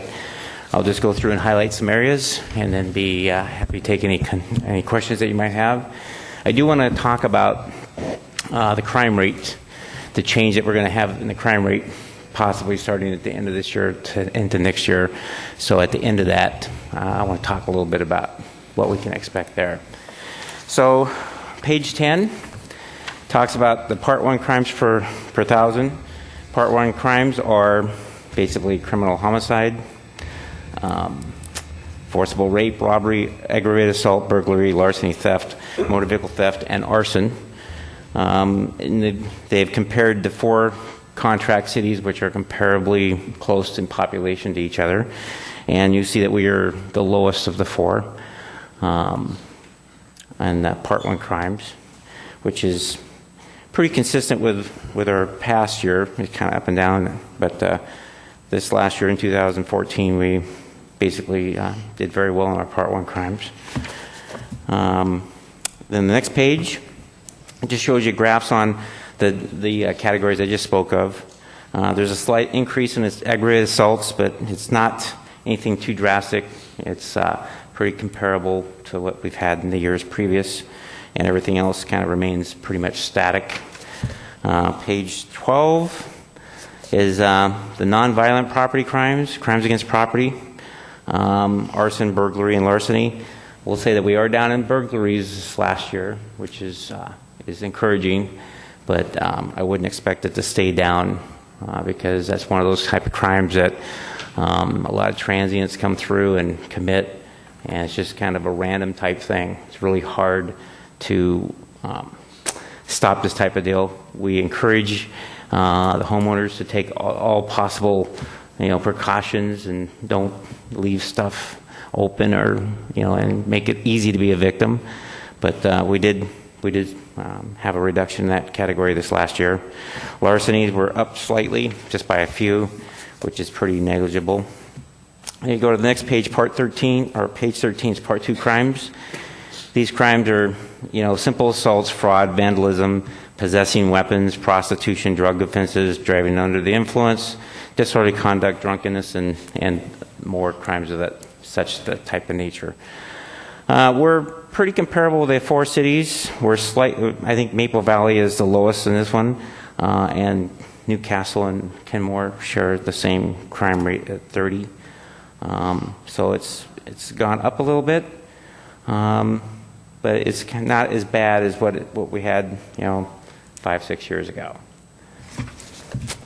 And then if you look at page 15, vehicle thefts are slightly on the increase, and thefts from vehicles is slightly on the decrease. So vehicle thefts, we did have a program that we did in 2011, which was pretty, you look at the statistic there, it was pretty effective, but it just got to be too cumbersome and costly to continue with that program. That was when we had the bait car. Collisions, traffic collisions on the next page, page 16, we're up, but the collisions that I'm seeing that we're up on are hit and runs and rear end collisions. Those are just next to impossible to try to do anything to combat against, especially the rear enders. People don't pay attention. They look down. They do something, adjust their radio or whatever. They look up and somebody stop quickly, and you have those. So, is there any particular part of town you're seeing those? What's that? Any particular part of town you're seeing those collisions? We have the heavier traffic. The more rear-ended collisions you have, but we see them all over. On the major arterials, Juanita Drive, 61st, Bothell Way, 80th. So it's just people not paying attention, and we do what we can about enforcing the cellular phone, distracted driving type stuff, but it's just the nature of the beast. Part 2, let's look at this here. I think that's all I was One other page I'd like to just kind of briefly touch upon is page 19, and that's the average response times to priority calls, priority X1 and 2. I think we do fairly well on responding to calls for service. These times are the times from when you pick up the phone and when you first hear the operator say, "This is 911. What is your emergency?" until you see an officer at the scene. So I think we do pretty well. This priority X, especially this year, is down right there at the lowest level we've had from previous years. That's kind of the preview, the overview. Where it was going to go. I'd be more than happy to answer any questions, and then I want to talk about the new crime reporting that we're going to be seeing in the next year or two. Questions? Councilmember Sperry. I've been looking at these for a while, and I always find something new that I don't have a clue what it is. Okay. And assault fourth degree, what is that? That's a simple assault. So if somebody throws, water on you, they spit on you, they slap you, they push you, they punch you, just those type of assaults where it's not considered an aggravated assault where you have a broken bone or you were rendered unconscious or you were badly beaten with an object or something. So that's the most common type of assault we have. So it'd be like a fight, like a fight that's non-injury? Because, I mean, there was quite a few of them. I didn't realize that was... Yeah, we respond to a lot of assault calls. In the domestic violence realm, assault 4 is probably the most common. And it's just a simple pushing, shoving, slapping, fighting, kicking, that type of stuff. Thank you. Councilmember Smith. Thanks, Chief. I have a question on page 17 on the adult juvenile charges and arrests. Okay. And just from 13 to 14, that's about a 20% increase. And I was just wondering, considering so many of the other stats went down or looked favorable, do you know why that would have increased so much at all? It's just, I think we're able to, there was probably a lot more simple calls that we were responded to that we were able to charge people. So you go to a burglary call and you have no clue who did it. So you have to investigate it, take fingerprints and try to, canvass neighborhoods and do all that kind of stuff to develop a suspect. Whereas if you, have a DUI or you have somebody in a domestic violence assault or an assault or those type of crimes, a violation of a contact order, those you have a suspect available. So we simply are able to charge those people right from the get-go. So I think that's maybe why we have more of the simple type crimes that we came across that we're able to charge more.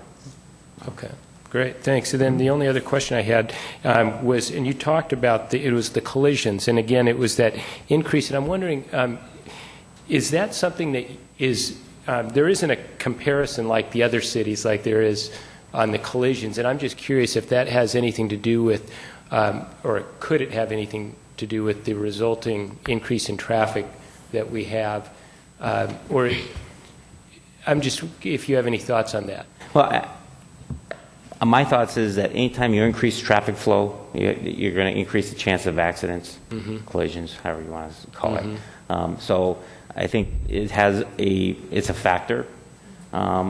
Is it the major factor driving these collisions up?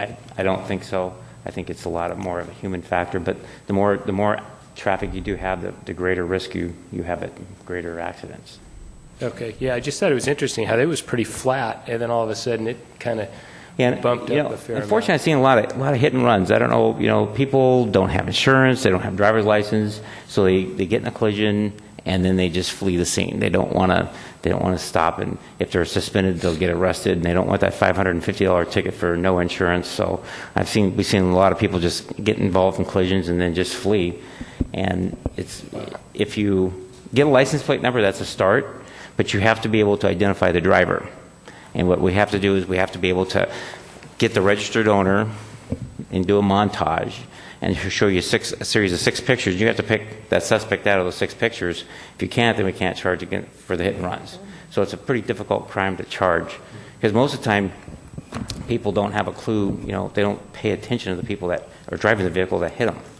They just can tell you, oh, it was a white car, four-door, kind of medium-sized car. We do get lucky. Sometimes we broadcast those to others, the surrounding cities, and somebody will accidentally see one and stop it, and then we can take that driver to the scene, and they can identify the car. That helps us. That doesn't happen too often.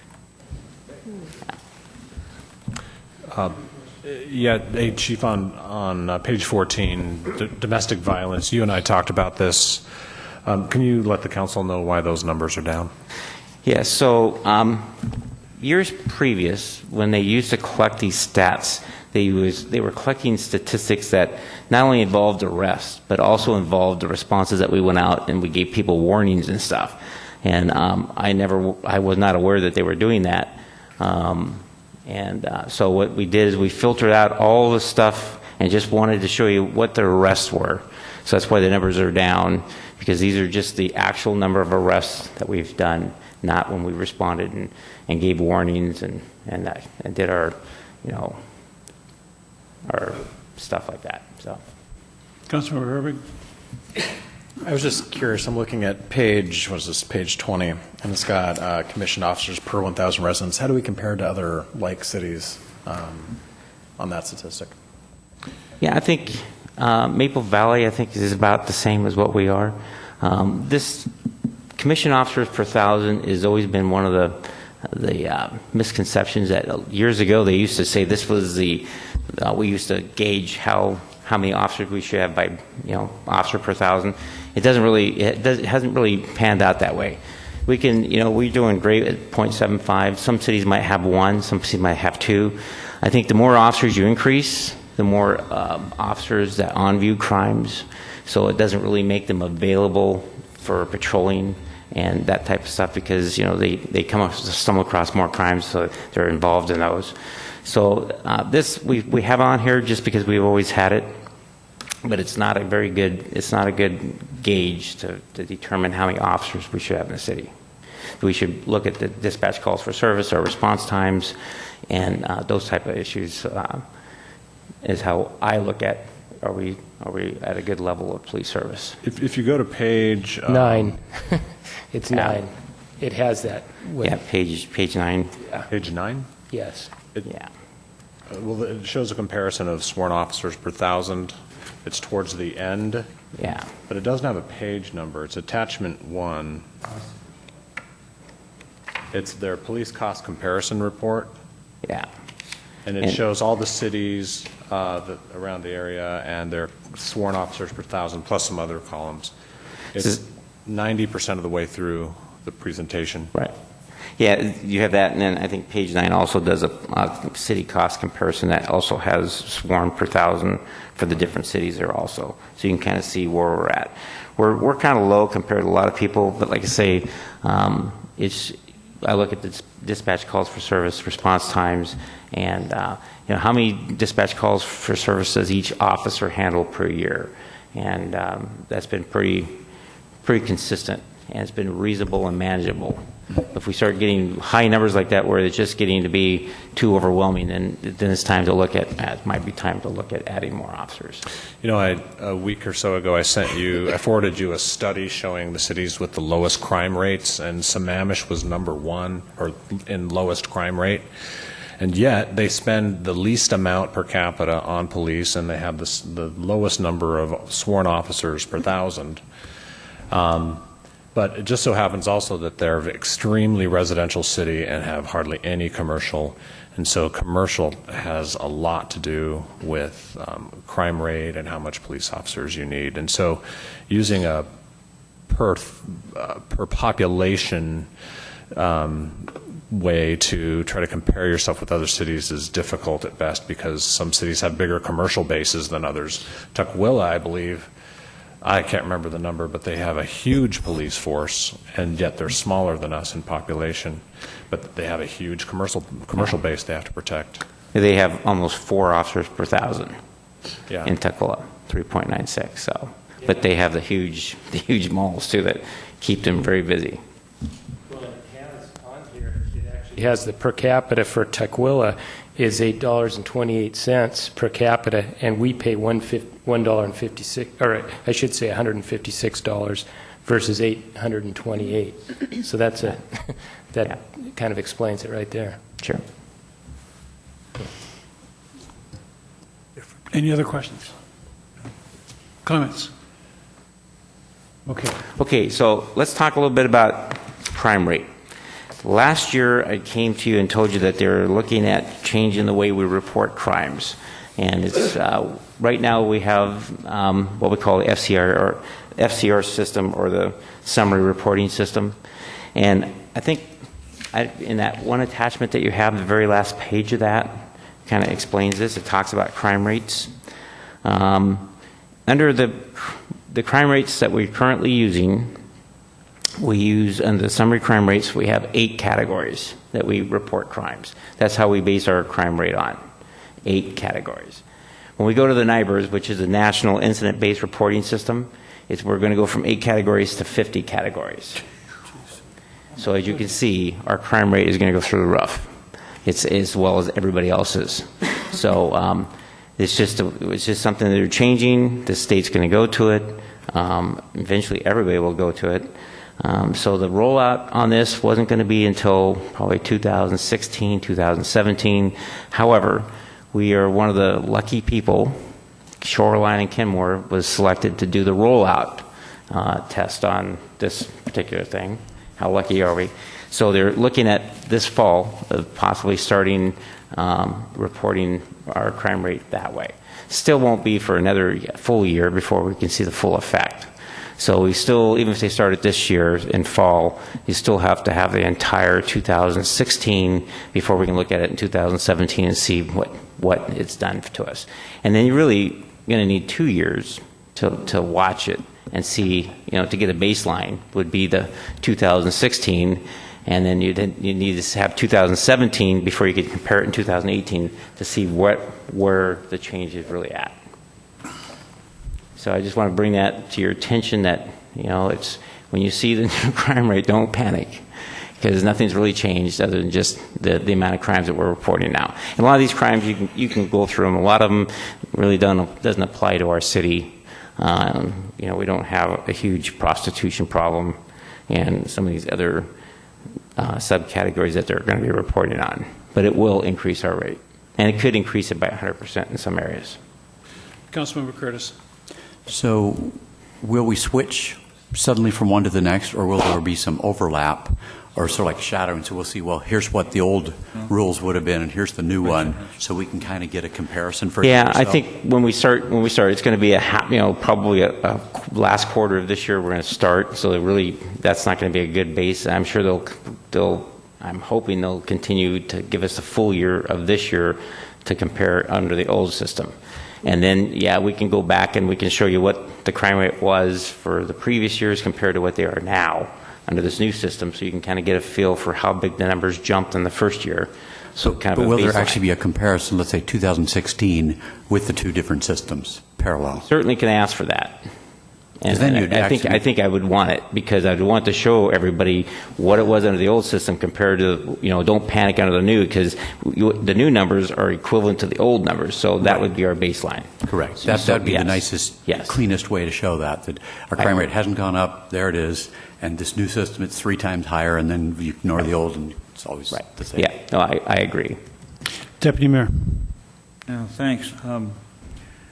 I was talking to the mayor when you started answering Milton's question. So my question is, I just don't understand how you report it makes a difference in how much crime you have. Well, there's a lot of this. It isn't just because you change your reporting, people are going to commit more crimes. No, it's the amount of subcategories. You go from 8 categories to 50 categories. So all these additional categories that you have here, we're not really included in the crime rate under what we're reporting now. So you're going to have more additional crimes under these subcategories like fraud and counterfeit, those extortion. Things were reported before. Okay. So they weren't included as part of this crime rate like you're counting statistic. things 3 times. No. And some of the stuff we don't have a lot of problem with here anyhow. But you are going to see, because there's a lot more categories to report that weren't there before, you're going to see the numbers increase. Chief, I was at the sheriff's meeting last week, and one way they explained it to me is you may respond to a call or make a a stop, and under the current system, there's one main crime that occurs that you report on, but under the NIBR system, you'll have to report all the other little crimes that happen with the big crime. And that's another reason why the rate will go up. Is that? Yeah, it's kind of the subcategories of the main, yes. Yeah. Like speeding, cell phone, and seatbelt. Might be 3.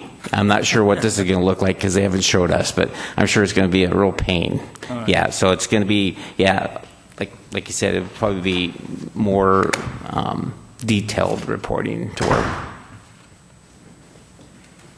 Yeah, they weren't happy about the amount of officer time this new NIBRS is going to take. Yeah, yeah. We haven't been trained in it yet, and I'm sure when the rollout starts that we'll get the training. I'm sure we'll be overly thrilled about it. So. Any other questions? So we're being asked to accept the report. If there are no objections, we will do just that, unanimously accept the report. Thank you, Chief. You're welcome. Very much. Oh, one. This question came up on one of the forums, one of the internet sites. Do we have any type of arrangement with Kirkland? Do we work together? We work together with all police departments in the surrounding areas. So how we do that is we have a crime analysis unit, and we have a crime analysis. Her name is Cynthia Konechny, and she does Kenmore, Shoreline, and a couple of Woodinville, some other cities. So her job is to collect all the crime reports daily, review them, and then kind of look for crime patterns, and forecasting, and so she does that. And another part of her job is to get in touch with all the other departments around the area and get their crime bulletins. And we see their crime bulletins on a weekly basis. They see ours, so we can see if there's any patterns developing. Maybe some of the same people we're interested in is doing crimes in other cities, so we can kind of coordinate stuff. Our detective does work with the other cities, Bothell, Kirkland, Lake Forest Park, when we have crimes with people that we share, the same suspects. So, yeah, we have that system for everybody, and it's not just one city. And so, yes, we do work closely with everybody. I know there was some concern that we've got kids from Kirkland coming into Kenmore up above the golf course and vice versa. So thank you for that clarification. I do appreciate it. Welcome. Thank you. That's it. Thanks. Okay. Thank you. All right. So staff report. Thank you, Your Honor. So a year ago tonight, actually March 24th, it was a Monday night, this room was packed with over 200 people. And it was an awful time for all of us. And not to bring back that, but I think we do need to remember. And we haven't forgotten. And I think under your direction, the city has come a long way in the last year and has accomplished a lot of things when it comes to pedestrian and bicycle safety. But we're trying to keep that momentum going, and we have a lot of things going on still.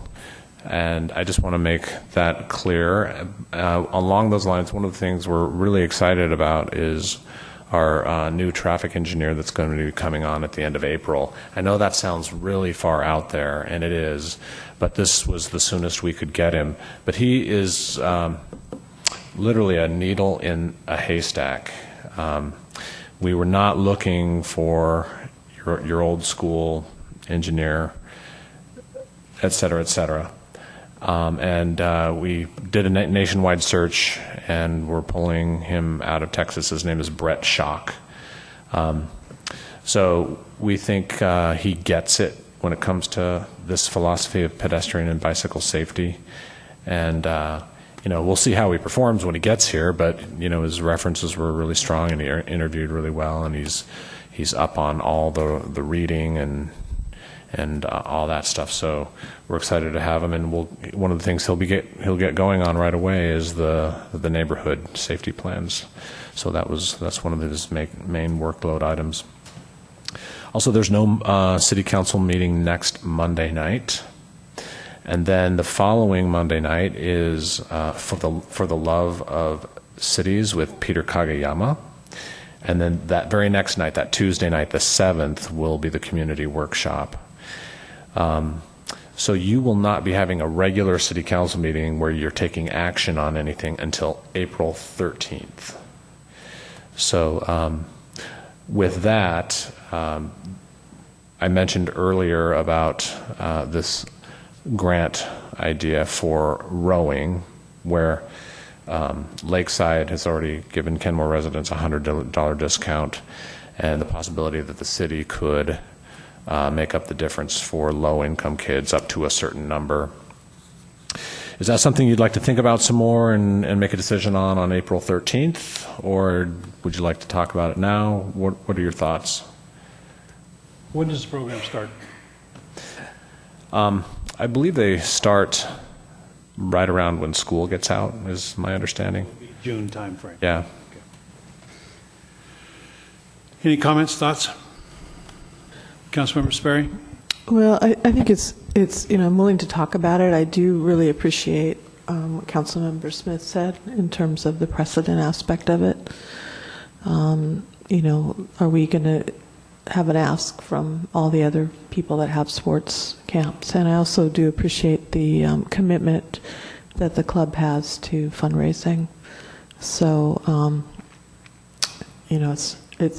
I'm certainly willing to discuss it, but I do have some reservations about going down that road.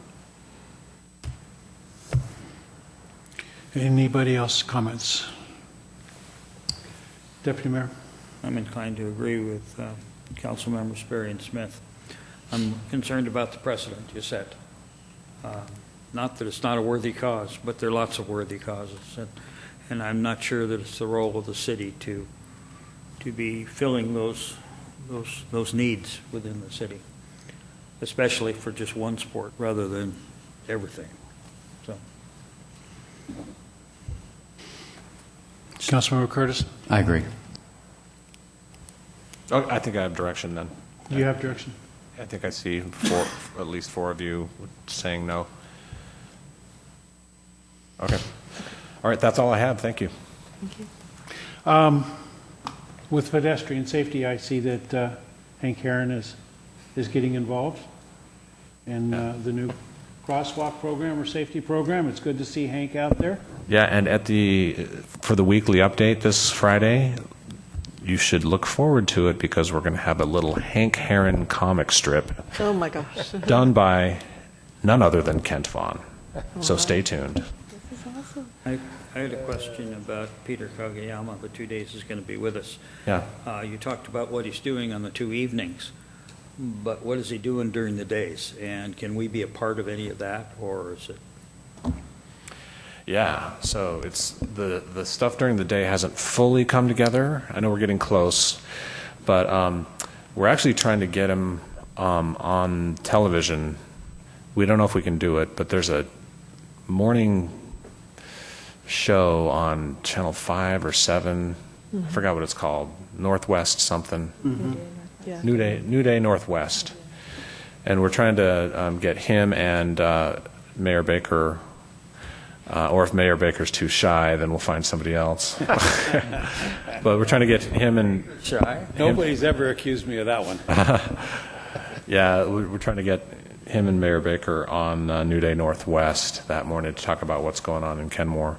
He'll also spend some time with staff on, I think that Monday as well. And we're also going to spend some time showing him around the city just to make sure he knows our city before he goes into the workshop on Tuesday. So we're not going to program every second of his time. He'll have blocks of time off on both of those days. But another thing we were toying with was having him come to the North End Mayor's meeting, which we happen to be hosting on that Tuesday, I believe. Yes. But New Day Northwest may keep him from coming to that. So. All right, thank you. Comments? Reports? Councilmember Smith. I liked what Stacy Danuski sent out, the email on the pavement, rain, I don't even know what to call it, but it was really cool, and it sure would have a lot of neat applications in, well, in the whole state, basically, but definitely here. And then I thought it was fascinating in the chief's new categories, there's actually something called highway robbery, which I thought was fascinating. So anyway, that's all I have to. Councilmember Sperry. Well, thank you. So I finished the book, the Peter Kajiyama book, and you kind of left, okay, wow, who are the co-creators? I mean, I think we saw a whole group of them here today, of people that are making our community better, and I'm excited about him coming. You want to make sure that, you know, we maximize the time and use it. I know we will, but I'd like to see how that's going to go. So that's all. Councilmember Curtis. Nothing to add. Councilmember Herbig. Nothing to add. Councilmember Danuski, you've been busy this week. No. So I like the rainworks thing. I think, yeah, having Hank the Heron hiding around our city, and we could be the only city with a scavenger hunt that only happens in the rain. So that could be fun. And then also send out, Kaboom made us a play desert map. And you just kind of really got to play with the filters. They're not completely obvious. And, you know, turning off, I think the half mile from a playground one is only playgrounds and not play spaces. But anyway, play with the filters a bit, and then, you know, get with me if you have any questions. And maybe it could be helpful when we have discussions on parks in the future. Deputy Mayor. Last week was a busy week for me with a lot of meetings for ETP, but Thursday afternoon I went to the RIA 8 meeting, and where they set their revised and reviewed the ILA that all the cities signed to participate with it, and also the work plan for the coming year. We've got a lot of restoration work that we could be doing on Swamp Creek, but we're not listed as one of their projects. One announcement that was made by Andy, Councilmember Ream from Bothell, was that they're on the verge of trying to acquire the golf course for $5 million, and wanted to get the support of RIA 8 for the acquisition of that, and state supporting it with the funds and so on. And then he said, now how do you get on this list of projects? You know, the Wayne Golf Course is a pretty big project. And he was sitting right next to me, and I said, you gotta wait your turn. We've got a big project too. So I think if we have projects, we need to get them into RIA 8. And Eric Admin, I know, has been working with that with the Snow King watershed. But there's a lot that we could be doing if we had more funds to do it. And they're all about salmon recovery and salmon habitat. And if only we were to build riparian vegetation along Swamp Creek and along the Sammamish River to keep the water a little cooler, that would be helpful. But we're not going to get any money. I don't know. Have we submitted for grants with RIA 8? Chris would. It's not in your field. Yeah, but I think we should get going on it, because we do have a great wetland here that could use a lot of help in terms of salmon recovery. So I think Eric Admin did submit an application. Was that through RIA? Do you remember, Rob? That we got funded $70,000 or something to that effect? I'm not sure the funding source. I need to check. Okay. But it's not on their work plan for this coming year. Now, that doesn't mean it hasn't been done already, but or whether there's also other things that are in the hopper that are not on the current work plan. It doesn't mean that we haven't submitted anything, but I didn't see it in the write-up. Okay. Hey, Mayor, can I ask the question about this? Please. Alan, can you tell me, is this something, if we're in the work plan and for these grants, are these like 50-50 matches, 100% matches, or what type of financial commitment is required on our end as a city? I don't know. I can't tell you. Because I would say that's kind of the key component for how I feel about it. I think it's I don't know. Chris, do you know? There isn't any free money out there, and so there's usually some kind of a match that we've got to put with it, but I'm not sure what it is. I don't know the answer to that question, but I know that Richard has been working with the WIRA 8 people to bring one of their reps to actually give council a presentation in April. Yes. So I'll compile all your questions, and they'll be here. And that's kind of in preparation for us re-signing the interlocal agreement next year. I think it has to be signed by the end of the year. So the WIRA 8 folks are coming, and we can learn more. The King County staff member that leads up the group, Jason Mill something, I can't remember his last name. Nice guy, and he told me he was coming. We've got a date for him sometime in the end of April sometime. So those are questions we should ask. One thing you just sparked my memory on is the Army Corps of Engineers, United States Army Corps of Engineers has contacted us, and they want to talk about doing some restoration work at Squires Landing, and I think we're meeting with them later this week to get a sense of what they're wanting to do and how much skin in the game, if any, they want from us. So stay tuned. So, still on the RIA,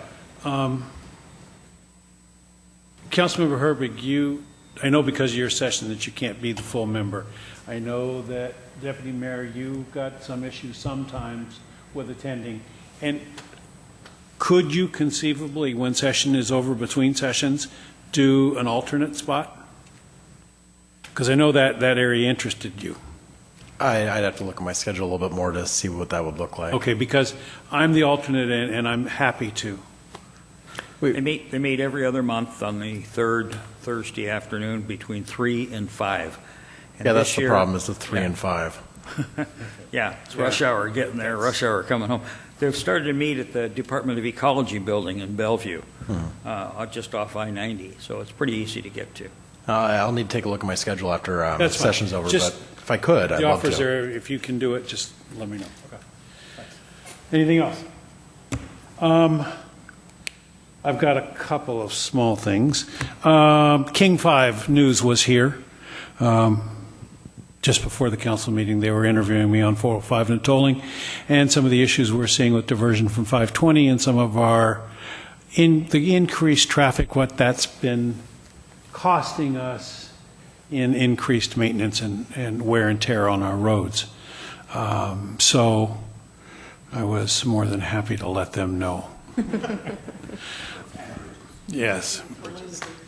No, I did not go there, but I got to tell you, I did at the last meeting that they had over in Kirkland. I did talk to the the head of the tolling commission, and said, "How about if we do have a bridge on 522 at 80th? Why don't we? How about if we toll that?"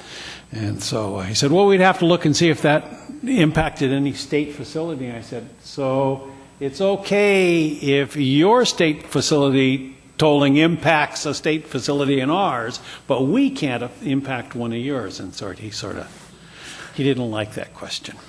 But in any event, so it was good. They also talked with Matt Martin. Matt Martin was here, and I know he had a couple of things to say. So He doesn't mince words. No, he doesn't mince words, and he's quite articulate. The other thing was the ribbon cutting at Kenmore. A number of us was there, and it was really so well attended. It was such a great event, and it's really great seeing them here in the city and having them here. And I will be attending that open government and transparency training session tomorrow afternoon in Olympia. And I'm working to get an appointment with Jerry Paulette ahead of the meeting to see if we can't find out what's going on with ecology and what they're supposed to be doing for us and where the roadblock is and what we can do to move them on. So anyway, that's it. And if there's nothing else, geez, it's just a little bit after 5 after 9. We are adjourned. What? It's only 9 o'clock. We need to come up with something else.